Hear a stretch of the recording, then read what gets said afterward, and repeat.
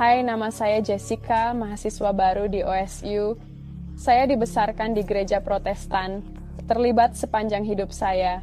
Kami berhenti pergi ke gereja untuk 1,5 tahun, dan kemudian di akhir tahun terakhir sekolah menengah, saya tiba-tiba pada suatu hari Minggu merasa ingin kembali ke gereja, jadi saya memberitahu orang tua saya dan kami pergi pada hari Minggu berikutnya. Rasanya sangat aneh dan saya tidak tahu apakah itu karena COVID pada saat itu atau sesuatu yang lebih dalam dari itu. Pada hari Minggu yang sama, saya mendapat pesan teks dari salah satu teman saya yang berlari lintas negara dengan saya di sekolah menengah, dan dia mengundang saya ke kebaktian gerejanya pada pukul 7 malam di gereja non-denominasi lainnya. Jadi saya pergi dan merasakan hal yang sama lagi, perasaan yang sangat tidak nyaman, dan saya tidak tahu mengapa. Jadi saya meninggalkan itu dan mencari agama di Google yang belum pernah terpikir sebelumnya, termasuk asal dan sejarahnya. Kemudian saya mencari tahu siapa yang mendirikan semuanya, dan kemudian Yesus Kristus adalah satu-satunya yang mendirikan Katolik. Jadi kemudian saya tertarik pada gereja Katolik, satu-satunya orang yang saya merasa sangat nyaman saat itu, dan yang saya tahu adalah Katolik adalah seseorang yang menari bersama saya. Saya menari sepanjang sekolah menengah. Ya, jadi kami memiliki semacam hubungan senior dan junior di perusahaan balet kami. Jadi dia adalah junior saya. Jadi saya menghubunginya, dan dia pergi ke gereja Katolik lain di Sugarland. Jadi dia mengundang saya untuk pergi ke misa Life Teen minggu berikutnya. Jadi saya pergi. Begitu saya melangkah masuk ke gereja, saya merasa inilah tempat saya seharusnya berada. Ini nyata. Saya hanya tahu bahwa ada sesuatu yang supranatural, bahwa Yesus benar-benar ada di sana. Jadi kemudian saya terus kembali ke sana selama beberapa minggu. Selama itu saya hampir selalu pergi ke gereja sendirian karena mereka tidak selalu konsisten pergi, terutama karena COVID sangat parah saat itu. Dan kemudian saya mengetahui bahwa ada gereja Katolik lain di Sugarland, dan saat itulah saya menemukan Saint Teresa's. Anda masuk dan Anda bisa merasakan bahwa ada sesuatu di sana, dan semua orang melihatnya, semua orang mengetahuinya, semua orang sangat hormat, dan semua orang menganggapnya serius. Dan ini bukan hanya sesuatu yang saya lakukan pada hari Minggu. Ini seperti hidup mereka, ini dibawa keluar dari gereja, ke dalam kehidupan normal mereka, yang merupakan sesuatu yang tidak saya miliki saat tumbuh dewasa. Saya suka bahwa itu tidak mencolok, saya suka bahwa itu bukan hanya sebuah band, menyanyikan lagu dan orang-orang melambaikan tangan mereka di udara. Saya suka bahwa meskipun ada kebahagiaan sejati yang datang darinya, ada juga kesedihan yang nyata. Anda membicarakan tidak hanya hal baik, tetapi juga hal yang sulit, seperti dia mati untuk dosa-dosa Anda, dibicarakan seolah-olah nyata karena memang begitu. Dan kemudian saya ingat pergi ke adorasi untuk pertama kalinya. Ketika Anda masuk ke dalam ruangan, Anda bisa merasakan kehadiran Yesus di sana bersama Anda, dan Anda bisa merasakannya dalam misa juga, seperti saat Anda melangkah masuk ke dalam gereja. Dan ingat bahwa dia ada di sana, dan seperti dia hadir. Saya pikir itulah mengapa saya suka pergi ke misa juga. Itu hanya karena itu seperti waktu lain yang bisa saya sisihkan. Seperti Anda menyisihkan waktu untuk persahabatan dan hal-hal lainnya. Jika Yesus adalah teman saya, maka saya juga menyisihkannya tiap hari.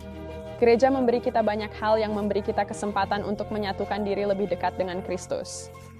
Dan Anda tidak bisa mendapatkan itu di luar gereja Katolik. Jadi jika Anda bukan Katolik, Anda tidak bisa mendapatkan sakramen-sakramen itu, atau Anda mungkin tidak tahu tentang sakramen tali ini, dan Anda tidak bisa menjadi lebih dekat, seperti Anda dibatasi pada titik tertentu, dan Anda tidak bisa menjadi lebih dekat dari yang sudah Anda alami. Maksud saya sangat suka misa Latin. Saya merasa lebih mudah untuk bermeditasi secara pribadi dan benar-benar memiliki percakapan saya sendiri dengan Kristus. Ya, saya merasa seperti saya selalu harus mengatakan sesuatu dalam Novus Ordo dibandingkan dengan misa Latin. Saya bisa mempersiapkan diri untuk pengorbanan, dan misa Novus Ordo bisa dilakukan dengan baik, dan ketika dilakukan dengan sangat hikmat, itu juga merupakan misa yang sangat baik, tetapi banyak mengucapkan hal-hal.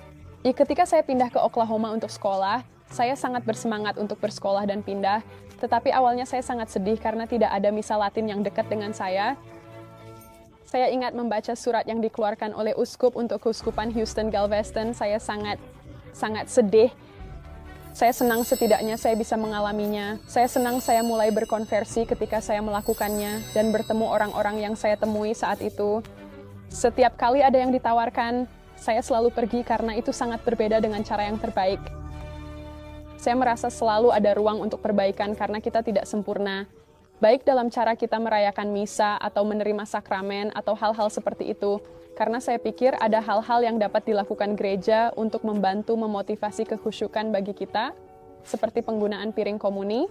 Karena jika ada piring komuni, itu menunjukkan bahwa jika partikel jatuh, setiap tetes kecil tetaplah Yesus. Dan jika mereka menyediakan tempat berlutut, maka itu jelas mendorong untuk berlutut. Saran yang saya miliki adalah jangan pernah puas. Ya, saya merasa seperti itu untuk sementara waktu, dan saya tidak pernah benar-benar bertanya tentang iman saya sampai saya menjadi siswa senior di sekolah menengah. Saya pikir itu membutuhkan banyak penyangkalan diri, baik itu meluangkan waktu untuk duduk dan benar-benar berbicara dengan Kristus, daripada hanya menjalani hari dengan santai. Saya mencoba menyisihkan waktu untuk berbicara dengan Tuhan dan sekadar mendengarkan.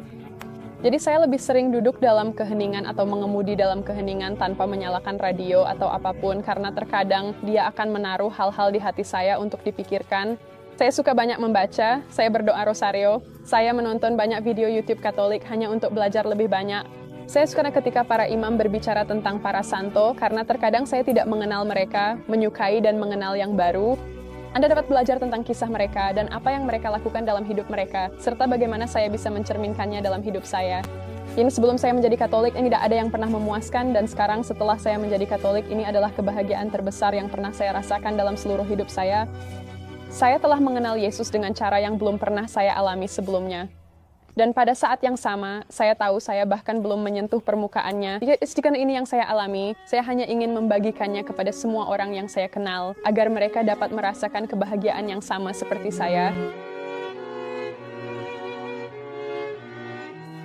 Sebagai gereja, kita benar-benar perlu mendengarkan kesaksian para mu'alaf. Kita harus bertanya, mengapa mereka mu'alaf? Fokus pada hal-hal itu. Mengapa Jessica mu'alaf? Banyak alasan.